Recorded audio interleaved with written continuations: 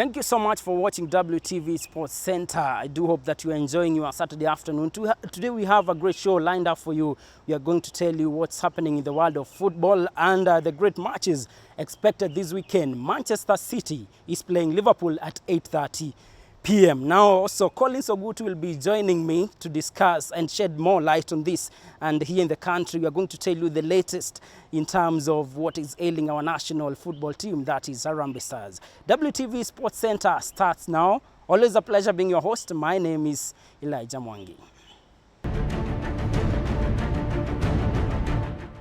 Harambee Stars had a torrid Monday. That's how we start our show. After spending for about 8 hours, it took the intervention of one of the persons who is eyeing the FKF presidency in the upcoming elections, that is Gorse Milangu, to text the president who saved the day. So at last they managed to go. And so we start our show with the Harambee Stars trip to Cape Verde debacle. The Kenya national soccer team players had earlier been promised by the FKF that the allowances would be given to them on Monday morning before the flight, but when they arrived at Wilson Airport for the takeoff, the promise by FKF was not fulfilled. To compound the issues, the bill for the chartered plane had not been settled. The saga dragged on through the day as FKF officials came up with half allowances, though the team refused to budge until their full allowances were paid. Led by their captain Victor Wanyama, the players demanded the allowances that were rightfully owed to them. Interested, as I said, money should be dealt with privately and confidential amongst the players in the federation. It shouldn't be out there in the press because, as I said, we won the game on Saturday, they hadn't been paid then. So I don't see why they can't win tomorrow, even still not be paid. As I said, I don't dwell on the fact that I've not been paid for a long time either. FKF chairman Sam Nyamoya was nowhere to be seen as the issue dragged on. Stars faced the danger of failing to make the trip to Cape Verde for the World Cup Return Leg qualifier, but a last-minute presidential order secured the team the flight and saved Kenya from the shame of having its national team miss an international match. Quite unfortunate that Harambee Stars had some rough time at Wilson Airport despite winning the first leg, that is 1-0 against Cape Verde. And now to give us more details and also his perspective concerning that particular story is Collins Ogutu, who is a sports writer with Sportica.com. Thank you so much, Collins, for finding time for us. Thank you. Thank you. What was going through your mind when Harambee Stars team was basically struggling and for about 8 hours, they were just at the airport waiting for something to happen? I was really mad about that. Basically, the whole thing was not very good to the world, the football world. What happened? Taking a whole team, a national team, to an airport and then letting them rest there for close to 8 hours. That's an insult. So I think what followed after that is what made me quite happy. Not because Harambee Stars lost, but because someone was arrested because of that. So now, even before we go to Nyamoya being arrested, because that's our next story, let's just, still at the airport, it was said that, in fact, the sports ministry, or the government rather, had, allocated about 17 million for the team to go to Cape Verde. And according to them, that was even more than enough. So what exactly went wrong, according to you? Because the government at one point saying, in fact, we had allocated money for that. Then in the airport, there is no one to pay for the Skyline chartered plane. The whole thing is, first of all, it's all about miscommunication between the government and FKF. A government is a government. You don't take your money and give it to somebody to embezzle it or to pocket that money. 17 million shillings is a whole much of money. It's some good money that's quite good enough to take the players at the right time to the right place. So definitely when I heard that the government had given Nyamoya that money and then Nyamoya decided to sit on the money, basically it was definitely wrong. Some serious allegations coming up, Collins, on Nyamoya. There are some, being leveled against him, that is some allegations. And someone said that it could be the main reason why that the plane wasn't cleared was to make sure that Harambee Stars doesn't go to Cape Verde. Then what would have transpired is a dissolution of FKF, so no elections, and so the current president of FKF stays in power. Do you think the people that are arguing like that have a case? They have a case to prove. Rumors have truths, we know that. So maybe they have a point to prove. But then there are also allegations that, somebody was trying to fix this match, basically, by trying to hold Harambee Stars in Kenya for as long as they could, so that at least when they travel there, the players are exhausted and they don't play to perfection. So a lot of allegations are going round and round, and FKF has come out to deny quite a number of them, including the fact that someone was arrested. We are still waiting to see what exactly is going to happen. But then what we have to say as a nation, as football fans and writers, we definitely have to condemn what happened. It was bad to the national team. Let's go to the person who, sources say that he saved the day, and this is Gor Semelango. Yeah. After, reading that article in Daily Nation, he was convinced that, I need to speak to Mr. President. Yeah. And he's saying that he sent a text message and then President saved the day. Do you read these as just a person who has a passion for the game, or just a political move because Semelango is also eyeing the FKF presidency? It's awkward. Semelango is looking for votes. And that's the general view I had to that thing. Because then, why do you come to rescue Harambee Stars? Who are you? I mean, Harambee Stars has money. FKF has money. So why must someone else come from elsewhere to come and rescue the team? Because maybe he had influence and that's what he used anyway. He had influence, yes, we don't refute that. But where's the money? Where's the money? The only thing he would have done was to someone to take the person sitting on this money.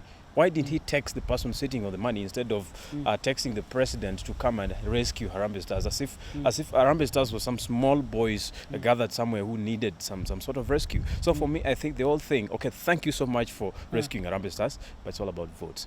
It's all about votes. It's all about votes. And then looking at now the point of FKF and the government indeed, and I think FIFA has always maintained that FKF should be independent and it should not have a lot of issues with the government.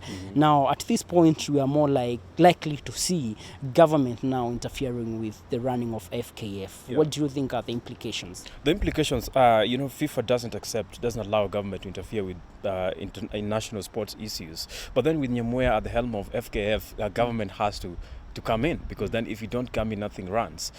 Basically, if the government continues with what is happening right now, it continues to interfere with every other thing, coming in to provide some sort of rescue, then FIFA might as well ban us. We may not say that as right now, but then we might expect such a thing to happen, because Wario and the whole government is coming into the picture, some of them condemning what is happening and trying to bring in policies that would help regulate the national team. And talking of Nyamoya, that now leads us to our next story, because after spending about 8 hours at Wilson Airport, finally the team managed to go to Cape Verde. But maybe the president who saved the team did not take that lightly, because on Tuesday, Nyamoya was arrested, though he has said, in fact, he was just summoned to go and clarify on a few things. Here is that story.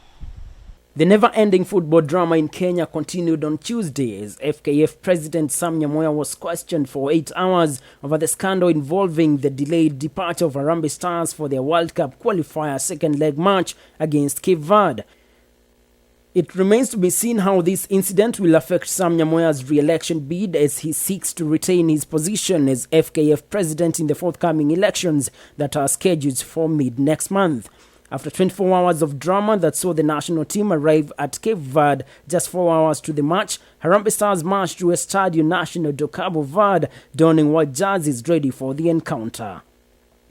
Harambee Stars' effort, however, was not enough as fatigue and lack of concentration saw the gifted Cape Verde get their first goal through a Heldon Ramos free kick in the dying minutes of the first half.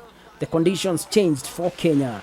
Heldon's second goal in the 52nd minute left Harambee Stars with only one option: to score an away goal to qualify, but all attempts by the forward line led by Olunga proved futile. The 2-0 loss was detrimental for Harambee Stars as it locked them out of the competition with a 2-1 aggregate in favor of Cape Verde.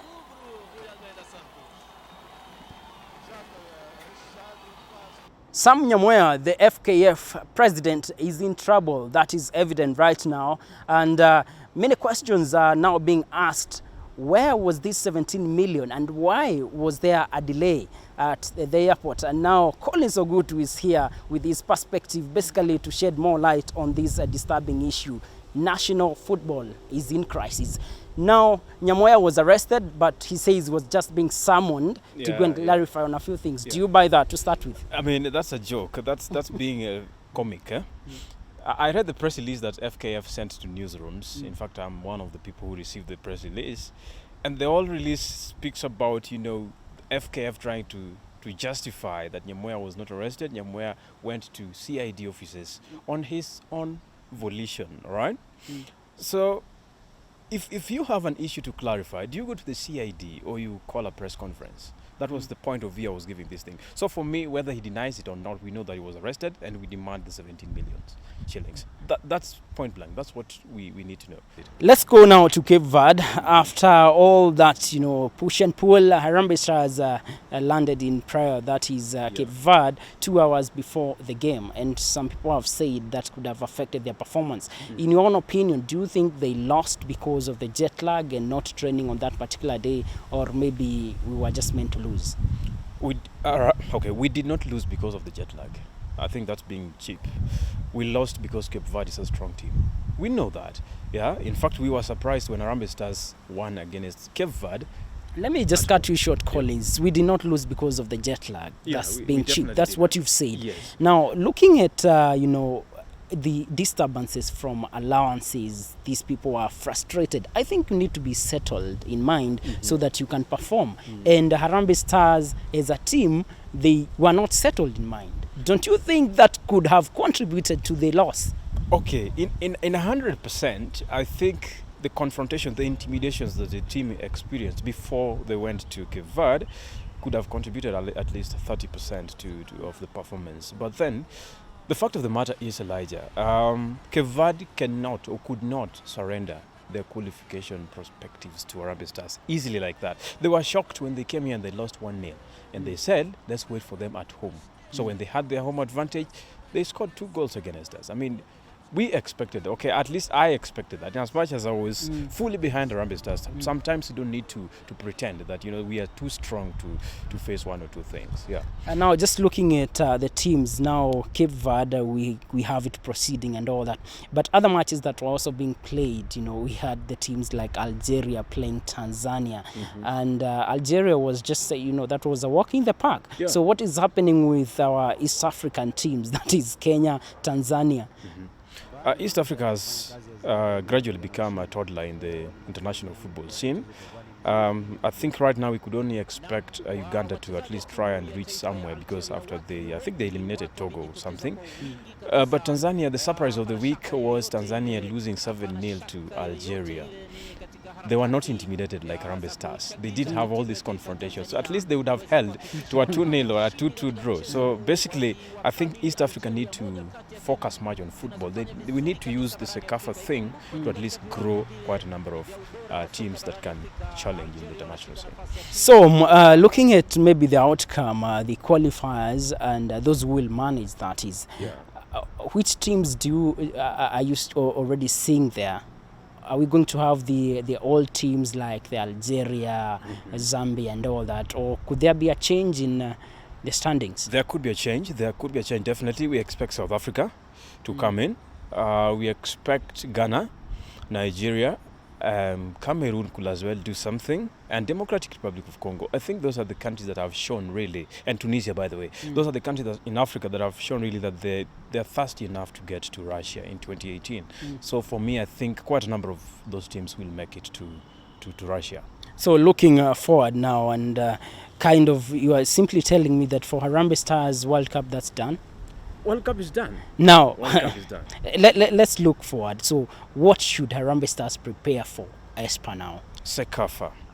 We have won CECAFA 6 times. I think we have some good record in CECAFA. So Bobby Williamson, if he's not fired, because I don't think he's going to be fired, sometimes you don't need to blame him. He should focus more on CECAFA. I think he needs to have a good team and tell the guys that, guys, this is the only thing we are left with. Let's focus much on this.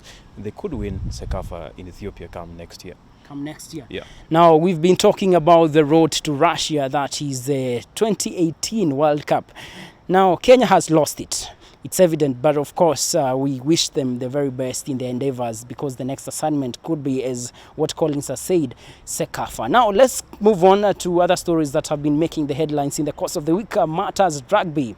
Shujaa came back from South Africa, where they had the Olympics qualifiers for 2016, and now the next assignment is Dubai Sevens. Now they have been pulled alongside big teams like England, Australia and Wales. So will they make it? Let's watch that story. for both teams. The HSBC Rugby Sevens World Series kicks off between 3rd and 5th of December 2015 in Abu Dhabi. Head coach Benjamin Ayimba is confident that the team will do well this time. We were last there, so we've got something to prove. So I think this is the right way to prove that everything that we do has a plan. In the build-up to the tournament, there are some worrying injury concerns for the squad as Captain Andrew Amonde as well as William Barker sustained a hip injury and Billy Odhiambo seems to have picked an ankle injury at the qualifiers. The technical and medical staff are yet to provide a clear evaluation on the extent of these injuries, but Kenyans hope that they are only short-term injuries. Kenya will be hoping that this year's Dubai Sevens will be better than last year's as they managed only 2 points after losing in the Shield final to Canada.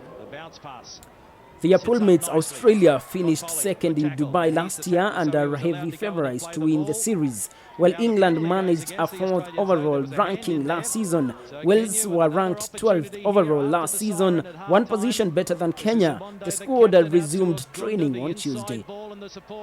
They hold on to it. Brilliant work there by Yodi. Now we come to the end of part 1 and stay tuned to WTV because when we come back, we have a lot lined up for you from what's happening in England. Remember, English Premier League is back and we are talking of Liverpool playing Manchester City, Manchester United playing Watford and Arsenal taking on West Brom. Coming up next is the analysis.